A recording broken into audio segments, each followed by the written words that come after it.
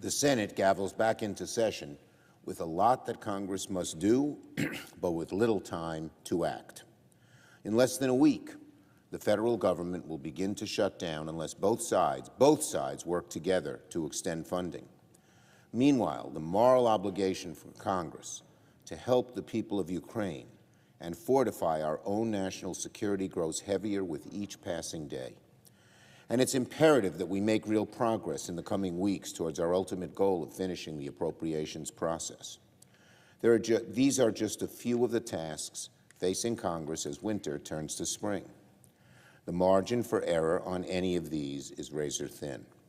And unfortunately, the temptation to choose chaos and disorder instead of cooperation will be strong for some here in the Capitol.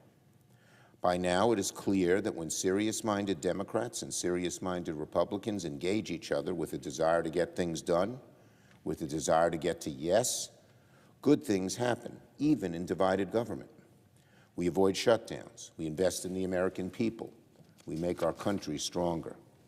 The Senate ended the last work period with a powerful example of bipartisanship by resoundingly 70 votes passing the National Security Supplemental. It wasn't easy to get it done, but now that we succeeded, it should serve as a model for both chambers moving forward. Over the recess, negotiators in both chambers continue the difficult work of the appropriations process. While we've made some good progress on a number of fronts, unfortunately, our House Republican colleagues are still struggling to figure themselves out. There's a lot of uncertainty over how the House will proceed in the coming days. So I ask all senators to keep their schedules flexible. Now, Senate Democrats have been crystal clear. We want to avoid a government shutdown. We want to work with all our House counterparts to spare the American people of the pain that a shutdown would bring.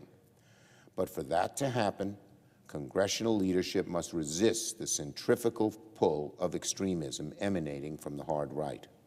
We must resist basing our choices on what people like Donald Trump want Congress to do.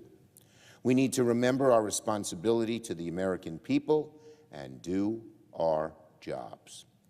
Even a partial shutdown would mean chaos and pain for the American people. And let me just list a few examples of why that's true. A shutdown of the Agriculture Department would threaten higher food costs for all Americans, threaten critical services for farmers and rural communities, from home ownership programs to food banks, and delay access to critical programs just as spring is arriving.